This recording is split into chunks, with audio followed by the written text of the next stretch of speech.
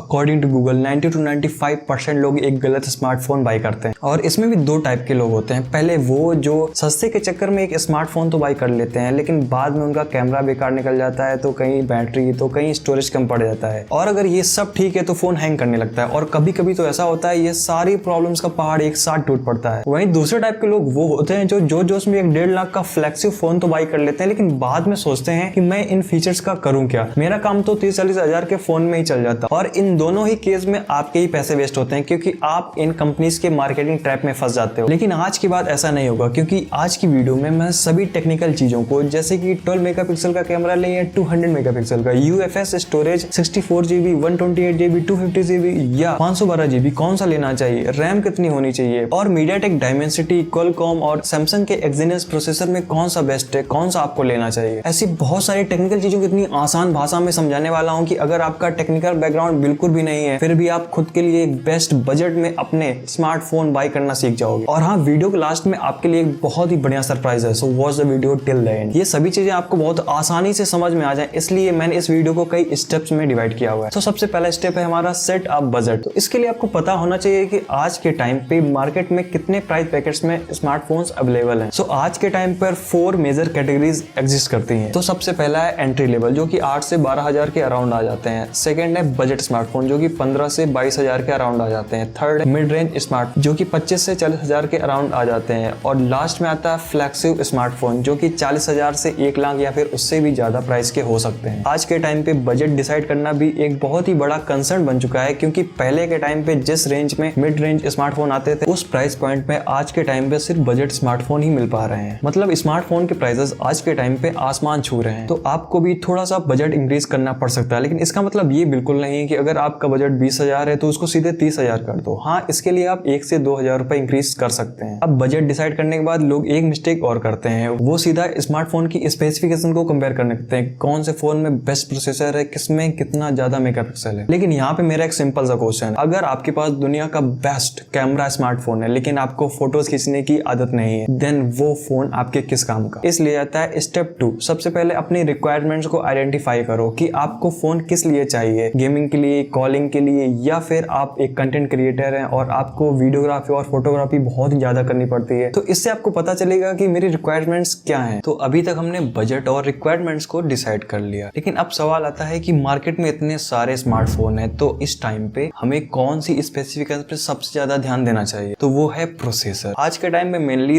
3 प्रकार के प्रोसेसर आ रहे हैं, लेकिन आपको कैसे पता चलेगा कि कौन सा प्रोसेसर बेस्ट है। तो इसके लिए आप इन 2 चीजों पे ध्यान दे सकते हैं। पहला ये है कि आप जो भी आपका प्रोसेसर है उसका जो फैब्रिकेशन हुआ है उसके नैनोमीटर बहुत कम हो और कोर्स बहुत ज्यादा हो। तो अगर आपको इन सब चीजों पे नहीं पढ़ना है तो आप सिंपली AnTuTu बेंचमार्क स्कोर पता कर सकते हैं। और इसके लिए अगर आपका स्मार्टफोन अंडर 15 के है तो 3 to 4 लाख का स्कोर होना चाहिए, और अगर आपका फोन अंडर 20 के है तो 4 to 6 लाख, और अगर इसके अलावा आपका फोन 30 के अंडर है देन 7 लाख का बजट होना चाहिए। और इस बजट के जो स्मार्टफोन होते हैं उसमें गेमिंग परफॉर्मेंस आपको बहुत ही अच्छी मिल जाती है। लेकिन अगर आप 30 के अबव का फोन ले रहे हैं तो उसका स्कोर 8 to 9 लाख या उससे भी ज्यादा होना चाहिए। कोशिश करें इससे कम ना हो, इससे ज्यादा हो सकता है। इस स्कोर को चेक करने के लिए सिंपली आप क्या कर सकते हैं, आप गूगल कर सकते हैं अपने फोन का नाम और AnTuTu बेंचमार्क, तो वहां पर पूरा डिटेल में लिख के आ जाएगा कि आपके फोन का स्कोर कितना है। लेकिन फिर भी आपका मन नहीं मानता और आप सोचते हैं कि जब मैं गेमिंग करूंगा या फिर कोई हैवी टास्क करूंगा तो मेरा फोन हीट या फिर लैग तो नहीं होगा, देन इसके लिए आप थ्रॉटलिंग टेस्ट को चेक कर सकते हैं। तो इसके लिए आपको क्या करना है, आपको इसके लिए भी गूगल में ही जाना है और आपका नाम और थ्रॉटलिंग टेस्ट सर्च कर देना है। बस आपको यूट्यूब पर काफी सारे वीडियोस मिल जाएंगे, गूगल पे काफी सारे वीडियोस मिल जाएंगे, वहां पर आप चेक कर सकते हैं। और इसकी खास बात ये, थ्रॉटलिंग स्कोर जितना ज्यादा होगा आपका फोन उतना ही ज्यादा पावरफुल होगा। अब प्रोसेसर के बारे में जानने के बाद लोग सोचने लगते हैं कि मुझे एक पावरफुल प्रोसेसर मिल गया तो मेरा फोन फास्ट चलेगा, लेकिन रियलिटी कुछ और है। अब सोचो अगर आप दुनिया के बेस्ट बैट्समैन हो और आपके पास बैट ही नहीं है देन उसका क्या काम। इसलिए रैम, रैंडम एक्सेस मेमोरी, ये एक टेम्परेरी मेमोरी होती है। जब आप अपने फोन में एप्स ओपन करते हो या गेमिंग खेलते हो या फिर एक ऐप से दूसरे ऐप में स्विच करते हो तो आपके फोन का रैम बिना हैंग किए स्मूथली ये सारे टास्क हैंडल करता है। तो क्या आपको 12 या 16 GB रैम लेनी चाहिए? बिल्कुल नहीं। अगर एक फोन में LPDDR5 रैम है और 4 GB है लेकिन दूसरे फोन में LPDDR4 रैम है वो 8 GB है तो ये दोनों इक्वल हुए, क्योंकि LPDDR5 रैम काफी ज्यादा पावरफुल होती है। लेकिन ज्यादातर बजट स्मार्टफोन में LPDDR4 रैम देखने को मिलती है। वहीं दूसरी तरफ अगर मिड रेंज या फिर आप लोग फ्लैगशिप फोन की तरफ जाते हैं तो वहां पर आपको देखने को मिलती है LPDDR5 रैम। अब अगर आप लोग एक नॉर्मल यूजर हैं डे टू डे टास्क के लिए, तो इसके लिए आपको 6GB रैम इनफ होती है। तो आपको कोशिश करनी चाहिए 6 से 8GB रैम के अराउंड आपकी रहे। लेकिन अगर आप लोग एक गेमर है या फिर हैवी टास्क परफॉर्म करते हैं, देन आप 12GB या फिर उससे ज्यादा रैम की तरफ जा सकते हैं। और अगर आपका बजट 10K के अराउंड है तो आपको 4GB रैम ही मिल सकती है, लेकिन आपको कोशिश करनी चाहिए कि एटलीस्ट 6GB रैम। और हाँ, वर्चुअल रैम सिर्फ नाम की ही रैम होती है, क्योंकि ये आपके स्टोरेज का कुछ पार्ट यूज करती है एज अ रैम, जो कि आपके किसी काम का नहीं होता। कंपनीज इसे एज अ मार्केटिंग यूज करती हैं, जिसके जाल में आपको नहीं फंसना चाहिए। तो अब तक हमने प्रोसेसर और रैम के बारे में जान लिया, लेकिन यहाँ पर आपसे मेरा एक और सवाल है। अगर आपका फोन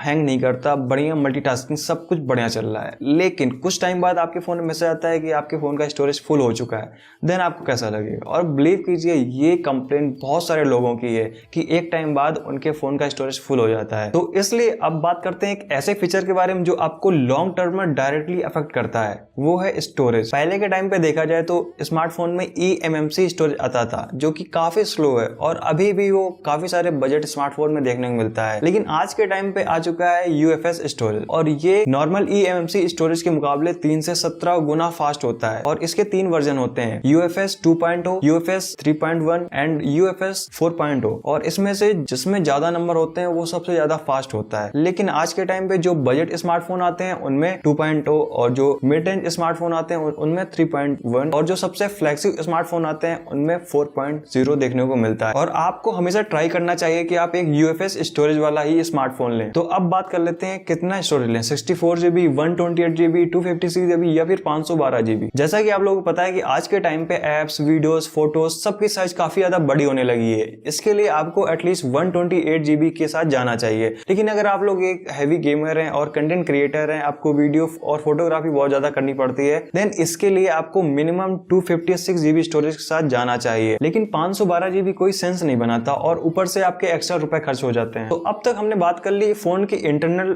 फीचर्स के बारे में, जैसे कि रैम, प्रोसेसर, स्टोरेज। लेकिन अब बात करते हैं एक ऐसी चीज के बारे में जिसको हम दिन में सबसे ज्यादा टच करते हैं और उसी को लेते समय हम इग्नोर कर देते हैं। सोचो अगर आपके फोन का प्रोसेसर, रैम, स्टोरेज सब कुछ एक नंबर है, लेकिन अगर आपके फोन का डिस्प्ले अच्छा नहीं है तो गेमिंग करना, यूट्यूब देखना या फिर कोई सोशल मीडिया स्क्रॉल करना, इवन डेली यूजेस का एक्सपीरियंस भी खराब हो जाता है। इसलिए डिस्प्ले एक बहुत ही इंपॉर्टेंट पार्ट है। और आज के टाइम पे डिस्प्ले मेजर 4 टाइप्स की होती है। पहली LCD, दूसरी IPS LCD, तीसरी OLED और चौथी AMOLED। लेकिन आज के टाइम पे मोस्टली 2 टाइप की डिस्प्ले यूज होती हैं, जो कि है IPS LCD और AMOLED। IPS LCD डिस्प्ले काफी ज्यादा विविड और अच्छे कलर रिप्रोड्यूस करती है, जो कि देखने में काफी ज्यादा रियलिस्टिक लगते हैं और इसके साइड से विविंग एंगल भी बहुत अच्छे होते हैं। अगर हम लोग कहीं से भी एक स्मार्टफोन की स्क्रीन को देखते हैं किसी भी एंगल से, तो हमेशा सेम दिखाई देता है। लेकिन इसके साथ में कुछ प्रॉब्लम्स भी देखने को मिलती हैं, जैसे कि इसमें इन डिस्प्ले फिंगरप्रिंट का ऑप्शन नहीं मिलता और ब्लैक एंड व्हाइट कलर्स को उतने अच्छे से मैनेज नहीं कर पाता और पावर भी ज्यादा कंज्यूम करता है, जिससे आपके फोन की बैटरी भी जल्दी कम हो जाती है। इसीलिए ज्यादातर बजट स्मार्टफोन में IPS LCD डिस्प्ले दी जाती है। वहीं AMOLED display vibrant colour, high brightness, in display fingerprint, slim design, ये सारी चीजें ऑफर करती है और इसमें बैटरी भी कम कंज्यूम होती है। लेकिन ये काफी ज्यादा कॉस्टली होती है, जिसकी वजह से ये 15,000 प्लस के स्मार्टफोन में ही देखने को मिलती है। तो आपको स्मार्टफोन लेते समय एक AMOLED डिस्प्ले ही लेना चाहिए। अगर आपका बजट बहुत ज्यादा कम है, देन आप IPS LCD डिस्प्ले के साथ जा सकते हैं। इसके अलावा आपके फोन के डिस्प्ले में एटलीस्ट फुल HD रेजोल्यूशन होना चाहिए। और रिफ्रेश रेट, इसका मतलब ये होता है कि आपका फोन का डिस्प्ले 1 सेकंड में अपने आप को कितने बार अपडेट करता है। और इसका सबसे बड़ा फायदा ये होता है कि आपको फोन करते समय ये बहुत ही स्मूथ एक्सपीरियंस प्रोवाइड करता है। तो आपको ट्राई करना चाहिए कि कम से कम आपके फोन में 90 हर्ट्ज का डिस्प्ले हो। इससे ज्यादा हो सकता है लेकिन इससे कम नहीं होना चाहिए। और एक इंपॉर्टेंट फैक्टर, आपके स्मार्टफोन की डिस्प्ले 1000 निट्स होनी चाहिए, जिससे कि आप धूप में भी बिना टेंशन के अपने फोन को आराम से यूज कर पाओ। आज के टाइम पे नॉच वाली डिस्प्ले आउटडेटेड हो चुकी है, लेकिन काफी सारी स्मार्टफोन कंपनीज बजट फोन और मिड रेंज फोन में भी नॉच वाली डिस्प्ले प्रोवाइड कर रहे हैं, जो कि आपको अवॉइड करना चाहिए। और आपको ट्राई करना चाहिए कि जो आपके फोन का फ्रंट कैमरा है वो या तो सेंटर में हो या फिर कॉर्नर में हो, जो कि देखने में काफी ज्यादा मॉडर्न लगता है। और कर्व डिस्प्ले देखने में आज के टाइम बहुत स्टाइलिश लगती हैं, लेकिन वो काफी ज्यादा महंगी होती हैं और इनके टेम्पर्ड ग्लास भी काफी ज्यादा महंगे मिलते हैं। लेकिन अगर आप लोग गेमर हैं तो आप इसको भूलकर भी नहीं लेना चाहिए। मैं तो आपको सजेस्ट करूंगा कि आपको एक फ्लैट स्क्रीन वाला ही डिस्प्ले लेना चाहिए, क्योंकि ये गेमर्स के लिए तो अच्छा होता है। इसके अलावा अगर आप लोग एक कंटेंट क्रिएटर हैं तो आराम से आप इसे फोन में माउंट कर पाएंगे और इसके जो टेम्पर्ड होते हैं वो बहुत ही रीजनेबल प्राइस में मिल जाते हैं। लेकिन एक सबसे इंपॉर्टेंट चीज, अगर आप लोग चाहते हैं कि आपके आंखों में चश्मा ना लगे तो आप एक ऐसा फोन लो जो TUV रेन लेंस सर्टिफाइड हो। बेसिकली ये करता क्या है कि जो भी हमारे फोन से ब्लू लाइट्स निकलती हैं उनसे हमारी आंखों को प्रोटेक्ट करता है। तो अब बात कर लेते हैं IP rating and build quality की। अगर आपका फोन कितना भी अच्छा हो, कितना भी महंगा हो, अगर आपका फोन एक बार पानी में गिर गया तो वो हमेशा के लिए भी खराब हो सकता है। तो आपको ट्राई करना चाहिए आपके फोन में IP67 या IP68 की रेटिंग। बेसिकली IP रेटिंग आपके फोन को डस्ट और वाटर से प्रोटेक्ट करता है। इसके अलावा आज के टाइम पे आपको ट्राई करना चाहिए कि आपका फोन एल्यूमिनियम बिल्ड का हो या फिर मेटल बिल्ड का हो, क्योंकि वो ज्यादा स्ट्रॉन्ग होते हैं। लेकिन अगर आपका बजट कम है और आपका बैक पैनल प्लास्टिक का है तो उसमें कोई प्रॉब्लम नहीं, बस आपके फोन में कॉर्निंग गोरिल्ला ग्लास की प्रोटेक्शन होनी चाहिए। इससे आपका फोन काफी ज्यादा स्ट्रॉन्ग बन जाता है। लेकिन आज के टाइम पे वेगन लेदर वाले भी काफी ज्यादा फोन आ रहे हैं, उन्हें भी आप ट्राई कर सकते हैं, देखने में काफी ज्यादा प्यारे लगते हैं। अब डिस्प्ले और बिल्ड क्वालिटी की बात हो गई, लेकिन यहाँ पर एक इंटरेस्टिंग क्वेश्चन, आज से 5-10 साल पहले जब भी लोग जाते थे कहीं ट्रिप में घूमने तो एक डेडिकेटेड कैमरा लेके जाते थे। लेकिन आज के टाइम पे कितने लोग लेके जाते हैं? शायद बहुत कम, क्योंकि आजकल के फोन के कैमरा इतने ज्यादा पावरफुल हो चुके हैं कि डेडिकेटेड कैमरा की नीड ही नहीं पड़ती। जब भी कोई स्मार्टफोन लॉन्च होता है तो सबसे पहले कंपनीज मेगापिक्सल ही दिखाती हैं, 50 मेगापिक्सल, 108 और कभी कभी तो 200 मेगापिक्सल। और हम लोग सोचने लगते हैं ज्यादा मेगापिक्सल मतलब कैमरा बेस्ट होगा, लेकिन 90% केसेस में इसका उल्टा होता है। इसीलिए फोन लेते समय इन 4 चीजों को हमेशा चेक करो। पहला है सेंसर साइज, दूसरा है लेंस, तीसरा स्टेबलाइजेशन और चौथा HDR। सेंसर जितना ज्यादा बड़ा होगा उसमें लाइट उतनी ज्यादा कैप्चर होगी, जिसकी वजह से फोटो की क्वालिटी और भी अच्छी आएगी। फोन के पीछे जो भी कैमरास लगे होते हैं उन्हें लेंस बोलते हैं। और जब भी आप फोन खरीदने जाते हैं तो आपको देखना चाहिए, हमेशा देखना चाहिए कि आपके फोन में प्राइमरी कैमरे के अलावा अल्ट्रा वाइड और टेलीस्कोप लेंस है या फिर नहीं। हाँ, हो सकता है बजट स्मार्टफोन में ये दोनों ना मिले, लेकिन प्राइमरी कैमरा अच्छा होना चाहिए। अब अगर कैमरा की क्वालिटी चेक करनी अच्छी है या फिर नहीं, इसके लिए एक सिंपल सी ट्रिक, अगर आप लोग एक फोटो क्लिक करते हो और फोटो में अगर आपके दाढ़ी के बाल एकदम क्लियर साफ साफ दिखाई दे रहे हैं, इसका मतलब फोटो की क्वालिटी बहुत ही अच्छी है। और इसके अलावा ये रूल फ्रंट कैमरे और बैक कैमरे के लिए, दोनों के लिए एप्लीकेबल है। इसके अलावा अगर आप लोग अपने फोन की फोटोज में एकदम नेचुरल दिखना चाहते हैं तो इसके लिए एप्पल, सैमसंग,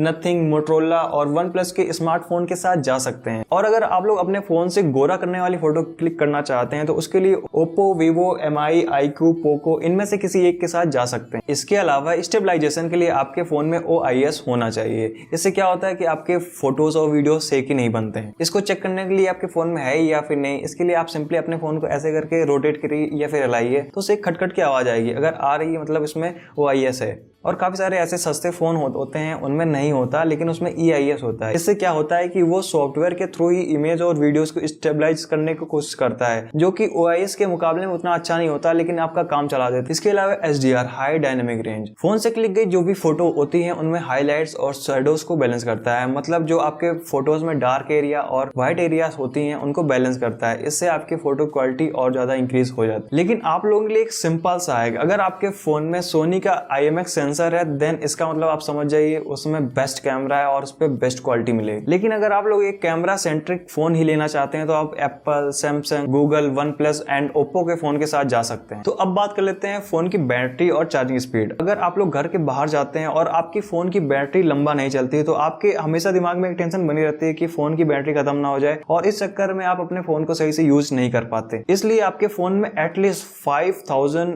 mAh बैटरी होनी चाहिए। और अगर चार्जिंग स्पीड की बात करें तो आपके फोन में 20 वॉट से 90 वॉट तक की चार्जिंग होनी चाहिए। अगर बहुत ज्यादा 120 या 240 है देन आपको अवॉइड करना चाहिए, क्योंकि वो आपके फोन की बैटरी लाइफ को कम कर देता है। अब तक हमने एक स्मार्टफोन के सारे मेजर फीचर्स को कवर कर लिया है, लेकिन इमेजिन करो आपके पास एक पावरफुल स्मार्टफोन है, उसमें कैमरा भी अच्छा, बैटरी भी अच्छी, लेकिन आप जब भी किसी से बात करते हैं तो आपको आवाज ही रुक रुक के सुनाई देती है, कभी कभी नहीं आती है, और इसके अलावा इंटरनेट भी बहुत स्लो चलता है। तो इसीलिए अब हम बात करने वाले हैं नेटवर्क एंड कनेक्टिविटी के बारे में। इसलिए आपको एक 5G स्मार्टफोन ही लेना चाहिए। और अगर आप लोग एक 5G स्मार्टफोन ले रहे हैं तो उसमें N28, N41, N77 और N78 5G बैंड्स होने मस्ट है, नहीं तो आपका फोन 5G होते हुए भी 4G चलेगा। लेकिन अगर आप लोग 10,000 के अंडर कोई फोन देख रहे हैं तो आपको शायद 4G के साथ ही जाना पड़ेगा। इसके अलावा आपके फोन में एक अच्छी कनेक्टिविटी के लिए आपके फोन में Wi-Fi 6, Bluetooth 5.3 और NFC का सपोर्ट होना चाहिए। एक और इंपॉर्टेंट चीज जिसे आप डेली यूज कर रहे हो, यूजर इंटरफेस। फोन लेने से पहले ही चेक कर लो कि उसमें फालतू के ब्लोटवेयर सॉफ्टवेयर या फालतू के एप्लीकेशन तो नहीं है? अगर हैं भी तो क्या उन्हें आप आसानी से डिलीट कर सकते हैं? अगर हाँ तो आप ले सकते हैं, लेकिन अगर उसके यूआई में ही एड्स आते हैं तो आपको वो फोन कभी नहीं लेना चाहिए, क्योंकि वो आपके एक्सपीरियंस को हमेशा के लिए बर्बाद करके रख देगा। इसके अलावा किसी भी स्मार्टफोन का ब्रांड लेने से पहले ये चेक कर लो कि उसमें कम से कम 3 साल का मेजर सॉफ्टवेयर अपडेट और 5 साल तक की सिक्योरिटी अपडेट्स मिले।